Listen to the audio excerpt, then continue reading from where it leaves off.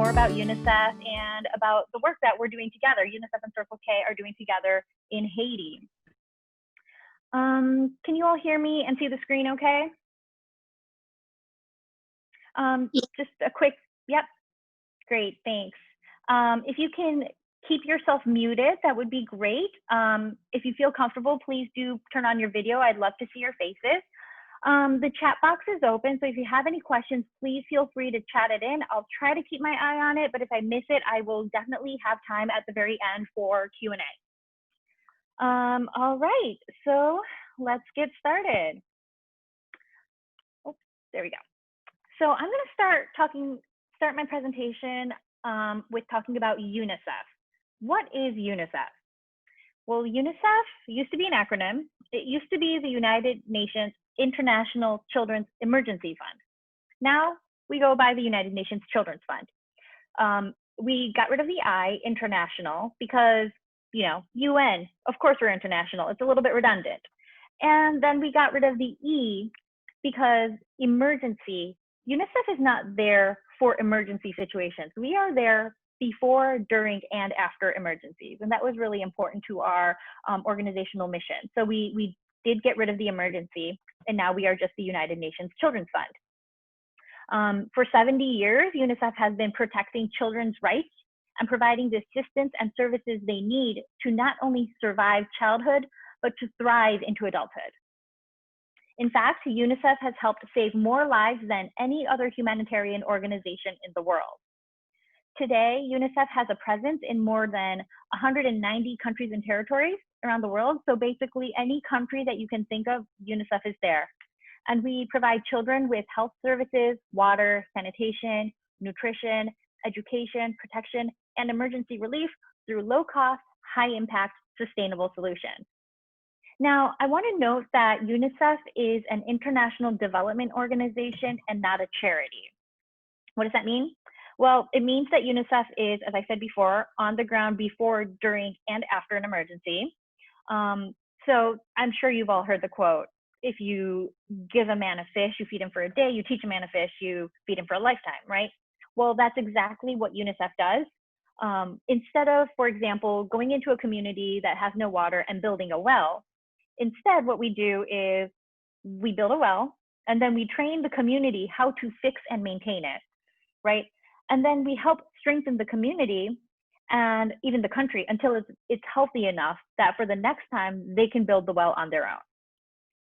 So it's not just the support that they need at that moment, but sustaining and making the country healthier and stronger in the long term. And this also means that UNICEF works really closely with country governments.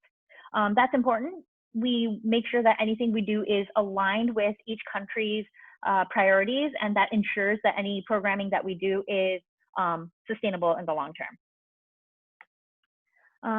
So UNICEF and Circle K International actually has a very long history of working together. Back in the 1990s, we were working together trying to eliminate iodine deficiency disorders. I don't know, maybe some of you have trick-or-treated for UNICEF in the past. That has been a partnership since at least 1994. And then back in the 2000s, we were doing the Sixth Sense Initiative. That was another water-related campaign where Circle K students raised money to buy oral rehydration salts that helps children with diarrhea. Then the Eliminate Project. Some of you may remember the Eliminate Project. Maybe you were in Key Club before and you may have participated in this, but this was to support vaccinating women against maternal and neonatal tetanus, which is a vaccine preventable disease. And of course, now we're working together to focus on WASH in Haiti. So maybe some of you heard Alexandra speak earlier at one of your sessions. It was noon Eastern time. She is the chief of WASH in the Haiti UNICEF office. So she explained a little bit about what life is like in Haiti. I'm hoping to give you a little bit more idea of what that's like. Let's set the stage for what you all are doing. You probably know this. Haiti is very close to the United States, actually. I don't know if you are able to see my mouse on the screen, but it's actually only 800 miles south of Florida. And it's this island called the island of Hispaniola. You can see on the right side, the east side is the Dominican Republic. On the left side is Haiti. And this is because, the island of Hispaniola historically was very rich in natural resources. And both Spain and France really wanted this island. And they actually fought a war over who gets it. It ended up being that Spain got the Dominican Republic side, France got the Haiti side. Now, unfortunately, France, as a colonial power, went in and exploited the land of Haiti, and they stripped away all of its natural resources, which resulted in Haiti now being a very, very poor country. In fact, it is the poorest country in the Western Hemisphere. And that also makes it very vulnerable to natural disasters. And I'll just give you a snapshot of what Haitians have been going through, even just in the past 15 years. In May 2004, there was 2 weeks of heavy rain, and at one point it rained 5 feet in 36 hours. Imagine that. I'm just over 5 feet tall, and that amount of rain in 36 hours is intense. The death toll for that was 2,400, unfortunately. And then a couple months later, there was another hurricane, killing 3,000. In 2008, there were 4 hurricanes in 3 weeks. And that killed 800 people, which in the grand scheme of things seems like a small number, but the hurricanes also devastated the crops. It destroyed 60% of the country's harvest. The 2010 January earthquake, I'm sure a lot of you may remember hearing about in the news. It was a big deal.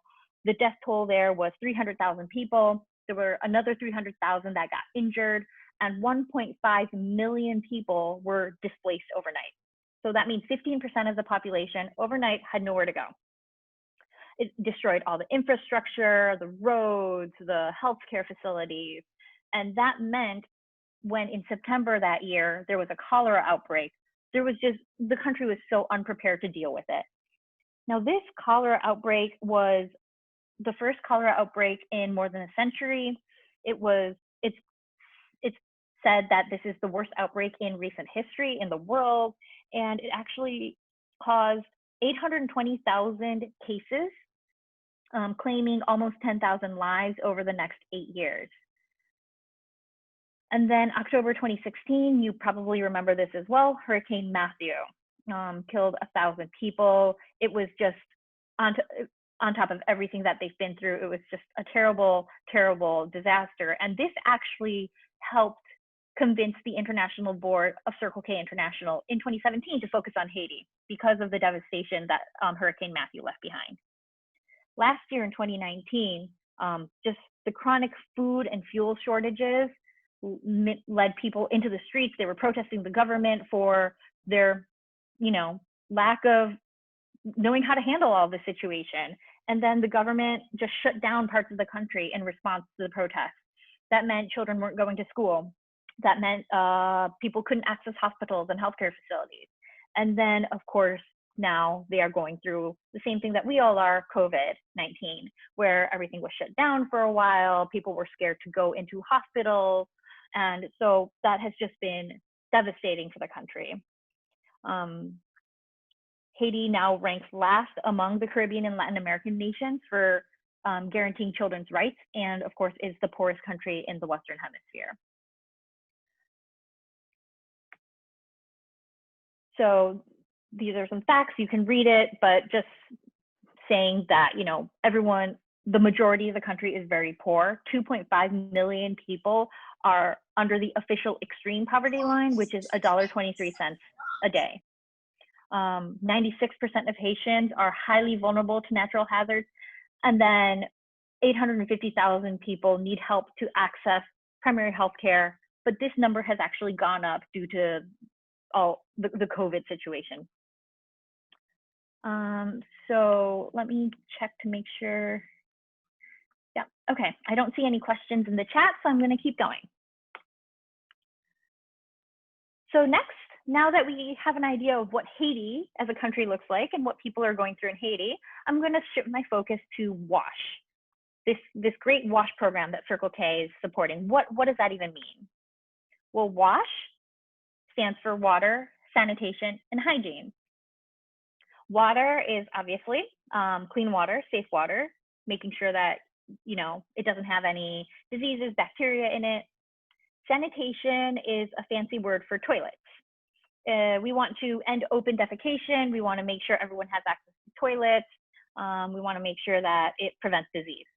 And then hygiene is, we've all heard about this in the context of COVID, right? Washing hands, keeping yourself clean, making sure that you don't have diseases and bacteria on your hands. So let's go through each part of WASH, water, sanitation, hygiene, and see what the problem is. Water is the most obvious one. Everyone knows this, right? We all need water to survive, and we all use it for everything, not just drinking and showering and brushing your teeth, but also cooking. And if you look even farther out into how water affects your life, if you eat a salad, right, all the crops, all the vegetables needed water in order to grow. If you eat a burger, that cow drank water. It needed water to survive, so then you can later eat it. Every aspect of your life, whether you think about it or not, is affected by water. Even for most of us in the United States, in developed countries, even if you're, going to brush your teeth, you don't think about where did this water come from. You just turn on a tap and it comes out. And because of that, because everything is so easy, the average American actually uses about 100 gallons of water every single day. The average American uses 100 gallons of water a day. Now let's compare this to the average African woman walks 3.7 miles every day to collect and carry water home, carrying up to 40 pounds at a time. 40 pounds of water is about 5 gallons. So these women are carrying 5 gallons of water every single day, and that's not just for themselves, this is for their entire family. So right away, we're seeing some disparities, we're seeing the differences of our lives, right? You can see here in this photo, these women walk for hours to come to the stream to carry this water and then carry it all the way back home. And you can see that this is women doing this, right? In most countries, the job of fetching water is disproportionately falling on women and girls. This, in a lot of countries, this is just how it's been historically, culturally, it's a woman's job. It's considered a woman's job. And that means that girls, if they're out fetching water for hours in a day, they're not going to school. They're not getting the same education as the boys, as their brothers. Women, they aren't able to get jobs that will pay them actual money. And this causes huge gender disparities in most countries where there is no safe drinking water. It's also, physically taxing. It's not safe for women to be carrying that much weight all the time. And also the journey is not safe if they're going through forests and, unsafe areas by themselves, carrying lots of water.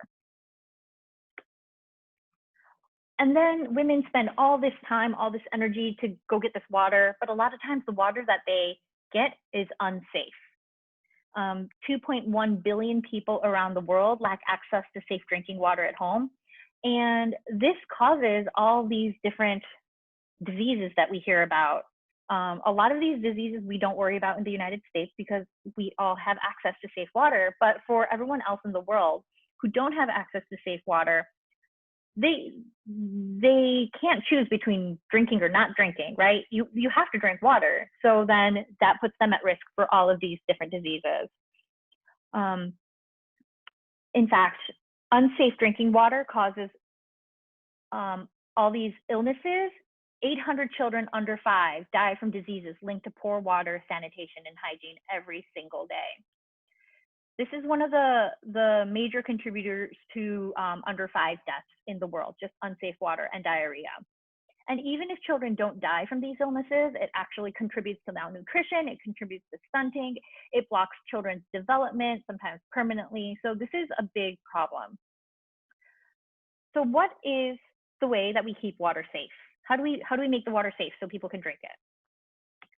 The best solution, one of the most basic solutions, is to keep the poop out of the drinking water. And the best way to do that is to use a toilet. Simple, right? But unfortunately, the reality of the world is most people in the world, not most, a lot of people in the world do not have access to a toilet. And the only way that they can do their business is to go out in the open, unfortunately. There are a lot of places where the only option is to defecate in the open. And so this is a big part of what UNICEF works with to try to eliminate all of this. So this little boy on this photo, he's going in the gutter. Maybe this gutter down, past where we can see in the photo, it connects into a pond where the children play. That means these children are playing in a pond full of poop. You can imagine that there's all sorts of diseases in there, right? So it's a health issue, definitely not safe. But it's also a child protection issue too. I mean, having to go out in public, it robs children of their innocence. It robs children of their dignity, and also, I mean, safety. This little girl, she seems to be a little bit older than this little boy in the photo, right? Maybe she has just gotten to an age where she feels embarrassed to go to the bathroom out in public, which means she's going to try to hold it until nighttime, until it's dark outside. And then she might go into the forest behind her house so no one can see her. Her neighbors can't see her. Well, imagine a little girl or a young woman out in the dark past midnight. It just puts them in a huge, a risky situation. And this is a real danger. Let me check the chat box real quick. Okay, I see a question about the organization. Let me come back to this, and I'm going to continue talking about WASH, but I will get back to this. So open defecation is a problem for 900 million people worldwide. That's about 1 in 8 people around the world still have no choice but to defecate in the open. And actually, the ratio in Haiti is a little bit higher than the global average. And then 4.5 billion people do not use a safely managed toilet. That's about 3 in 5 people around the world. Now that, when I first learned that number, that blew my mind.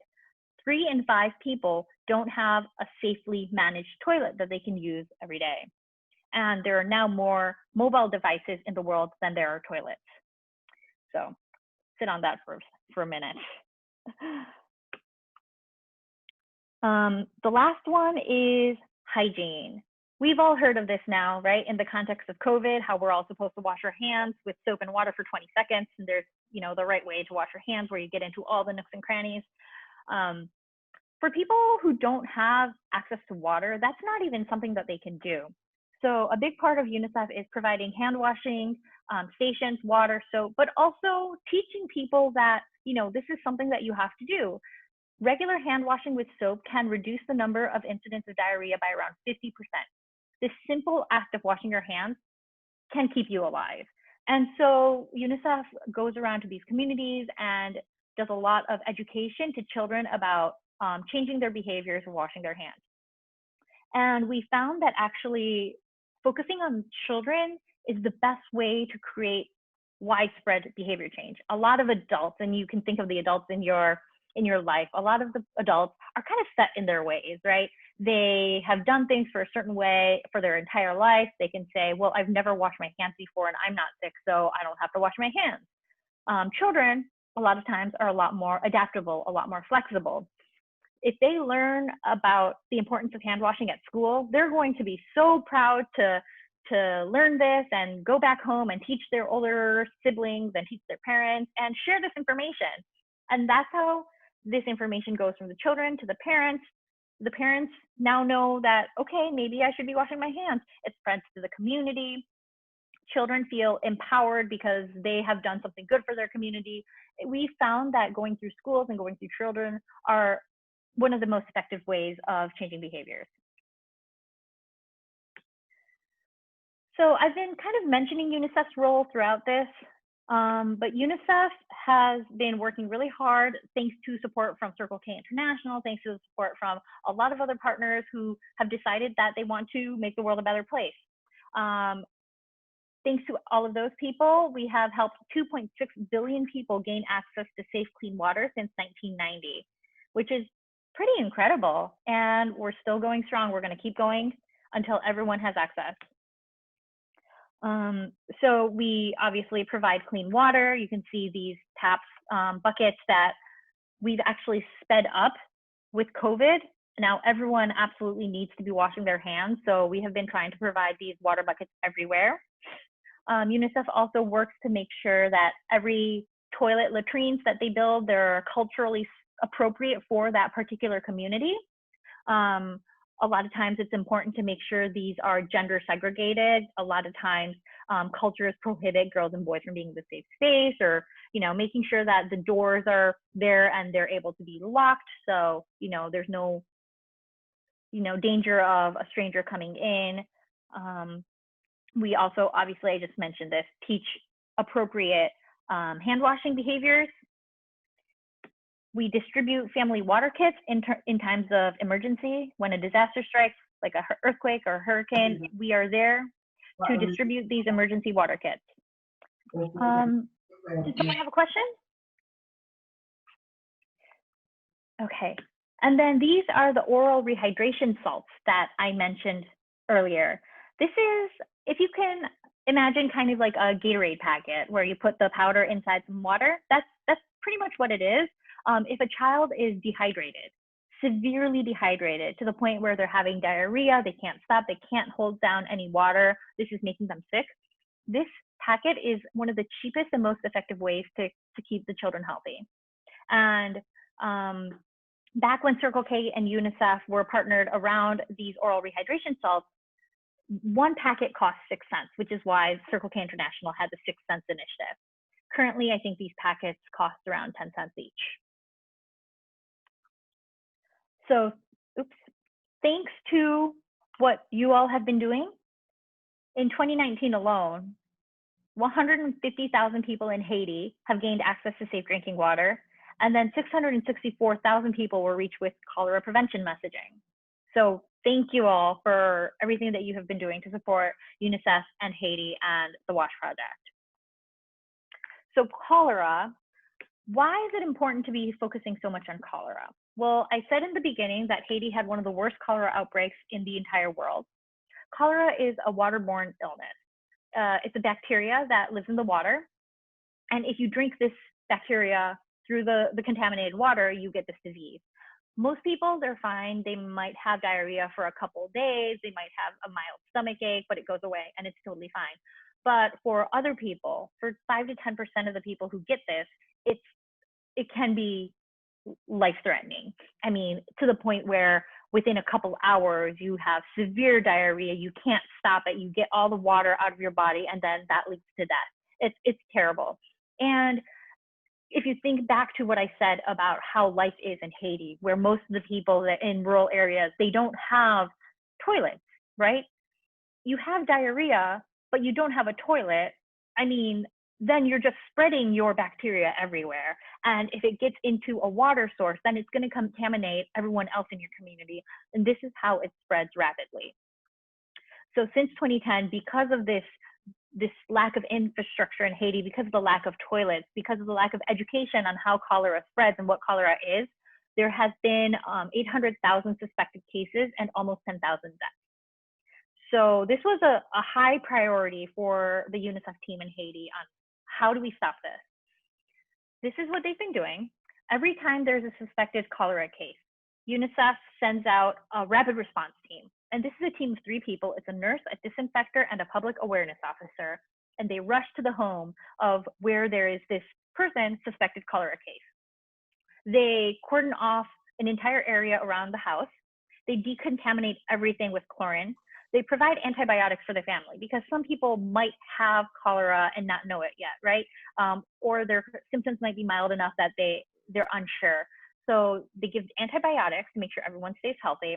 They educate their entire community on why this is happening, how can you stop it, make sure you keep everyone safe. They just try to nip it in the bud right there. After that one case, you don't want it to spread anywhere else. And this, if done right, breaks the transmission chain. And by doing this with every single case that pops up, UNICEF and partners on the ground have done 41,000 rapid response interventions. They've disinfected 386,000 homes. And incredibly, they have talked to 7 million people throughout the years about this. And now 7 million people in Haiti are more educated on cholera and what to do when their family member gets sick. And due to all of this, no cases of cholera have been confirmed in Haiti since February 4th, 2019, which is incredible. This is such great news. The WHO, may I ask everyone to mute their mics, please? So the WHO can certify a country as being cholera-free if they're cholera-free for 3 years. So we're not officially cholera-free yet, but we're well on our way. I mean, we're pretty sure that we have stopped transmission of cholera in Haiti. And this is, I mean, the cholera outbreak was, in addition to the Hurricane Matthew devastation, cholera outbreak was one of the reasons that Circle K International decided to focus on Haiti. So this is really, in large part, thanks to all of the support that you guys have been doing since 2017. So thank you for that. Now we come to how can you help? I mean, the most important thing is to be a global citizen and to understand that you are a part of this world and everything is interconnected. You're already doing this because you are a part of Circle K International, which is an international organization, right? So thank you for that. Thank you for attending this webinar, learning about the issues of the world, learning about the realities of the world, understanding it, and then educating your peers around it, and then activating around it. That's really the best thing that you can do. And this action can be so many different things. This action can be just to learn about it. It can be to tell other people about it. It can be to fundraise around it. It can be to advocate to governments about it. I mean, this can take any sort of, you can do whatever you want that makes sense for you. And especially for you all as college students who are going on to be the next leaders of the world. I mean, learning about all the issues of the world, figuring out what you care about, what you want to dedicate your life to, that's going to be the most important thing. And I sincerely hope that one of you in the future, in the next 5-10 years, I will see you being a WASH expert somewhere in the world, saving children's lives. This I actually put together pre-COVID. Obviously, we can't do any in-person events while COVID is still, you know, part of the world right now. But I do encourage you to think of, okay, how can we make events virtual? How can we do a virtual fundraising event? How can I still talk to people about this issue, even if we don't see each other face to face? I'll give you an example. Here at Unicef USA, we do Trick or Treat for UNICEF every year. And maybe some of you have participated in Trick or Treat for UNICEF before, but this is you take a cardboard orange box, right? A Trick or Treat for UNICEF box, and we encourage people to go around asking people, Trick or Treat for UNICEF, can you put some change in this box to support children of the world? Obviously, that's not going to happen this year. We can't encourage people to go door to door when there is a pandemic going on in the world. So we are working hard to make the whole Trick or Treat experience virtual. Right? How can we encourage the costumes and the fun vibes of Halloween, including the fundraising, but keep it virtual? So that's something that we are working on internally. I encourage you to think about how are the ways that you've fundraised in the past, and how is that something that we can do virtually this year? I know a lot of times it's helpful to have a number to look at. Here are some numbers that you can use when you talk to your friends, your neighbors, your families. And this is really to say that every dollar helps, right? I mean, $5, we all have $5. You know, you don't drink coffee for 1 or 2 days and then you have an extra $5. That is 50 packets of oral rehydration salts. That is, you know, going to help a child stop having diarrhea, stop having so much pain, and become healthy again. If you as a chapter, or maybe come together with several different chapters, maybe your entire district can come together to raise $3,250. That's a block of latrines for one school. That is 150 students plus all of the future students going through that school who now have access to toilets. That's incredible. You know, just because you raise the money now and you build a school now doesn't mean the impact stops now. The impact is ongoing, right? So we encourage you to, you know, work together with other people, to do the best that you can do. Here are some dates that are coming up in case that you want to host an event or you want to host a discussion group or talk about all of this stuff. October 15th is Global Hand Washing Day, doubly important this year because of COVID. November 19th is World Toilet Day, which, yes, it is an official UN holiday, and it is one of my favorite holidays because every year on World Toilet Day, if you've ever been to the UN in New York, they have a huge lawn outside, and they every year build this gigantic toilet and put it out on the lawn. And so everyone walking past is like, why is there a toilet on the lawn of the UN? And that just starts a lot of conversations. That's when you can say, well, did you know that so many people around the world don't have access to a toilet? You know, it's just a conversation starter. It's just a great date to rally your friends around. The most important one is March 22nd is World Water Day. We also say March is World Water Month. That is a huge date that we try to rally around. I know Circle K did a huge action this year in March. I believe it was the 6K fundraiser. I don't know if any of you participated in that, but I believe you can get the information on that in your circlek.org website. Yep, so I have it up here, www.circlek.org/wash. There are a lot of resources in there, stories, videos. I think a version of this PowerPoint presentation is on there. The 6K walk fundraiser that your board has been promoting is on there, so definitely check it out. My email's on here. Please feel free to reach out with questions if you think of anything. And so now I am going to open it up to any questions. I do see a few questions in the chat, but feel free to chat me any questions that you have. So Brianna, what is the difference between Red Cross and Unicef, WASH, and other humanitarian nonprofits organizations? And do you partner with other nonprofit organizations? That is a great question. So we are all partners.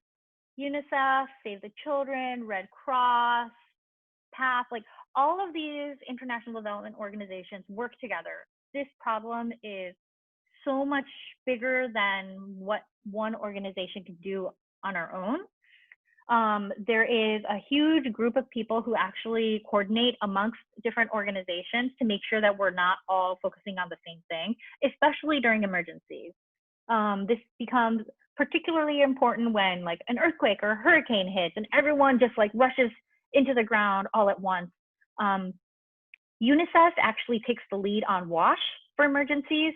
So all of these international organizations rush to the field after an emergency. UNICEF is the convener, where UNICEF is the one saying, okay, Save the Children, you do this. Red Cross, you do this. This organization, you do this. And then anything left, we will take. So there's a lot of good partnership and coordination amongst all of these nonprofits. So definitely lots of partnership for sure. Caitlin says, how is UNICEF working to close the gender gap in education that is caused by a lack of access to drinking water? So there's a lot that's going on there. Gender equity is at the core of every single intervention that UNICEF does, right? So providing safe water to a community, that allows women and girls to not have to walk for hours. So just making sure that safe water is available in a community, that alone is a really good step in closing the gender gap, because that allows women to find jobs, that allows girls to go to school. But that's not the only thing that we do, right? There's also, you know, making sure that girls don't get sick from water. There is making sure that girls have appropriate latrines. I actually, if we had more time, I have this whole section on menstrual hygiene management, which is a huge part of why girls drop out of school. If they, you know, after they go through puberty, they start their period and then there's no bathroom at school, they don't like to go to school. You know, they don't want their, you know, their boy classmates to laugh at them. And that's why a lot of girls actually drop out of school. So building those culturally appropriate latrines, making sure that in the girls' bathroom there is a trash can there, for example, making sure there's education around menstrual hygiene management. Those are all WASH interventions that I didn't mention today, but those are actually priorities within the WASH agenda. So hopefully that answers your question.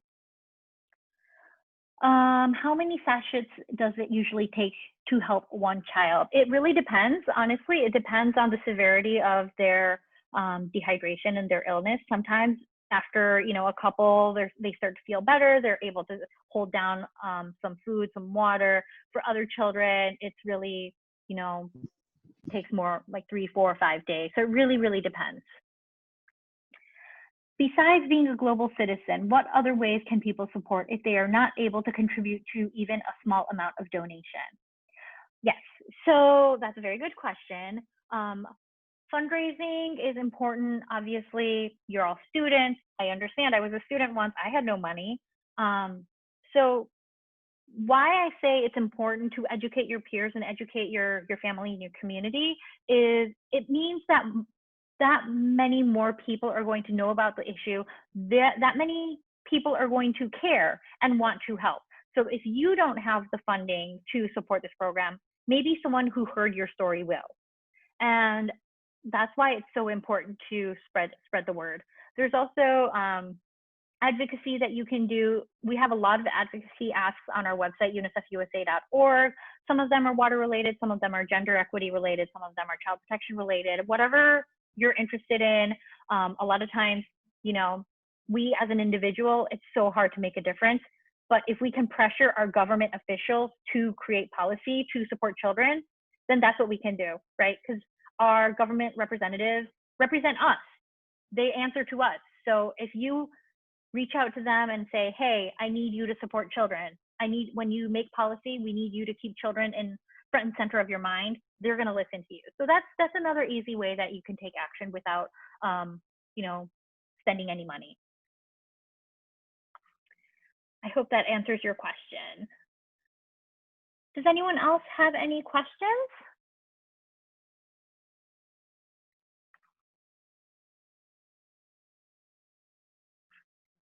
Okay, well, I think we're still a little bit early, but I know you've all had a long day, so I'll give you some time back. I'll stay on the line if you want to ask me any questions privately afterwards, or you have my email right here. Feel free to send me a note, an email, if you have a success story of, my chapter did this and we were really successful. I love hearing about that. Let me know. And hopefully you found this session helpful. I really appreciate you spending time with me today. Thank you for your support, and hope to see you in person sometime very soon. Thank you so much, everyone.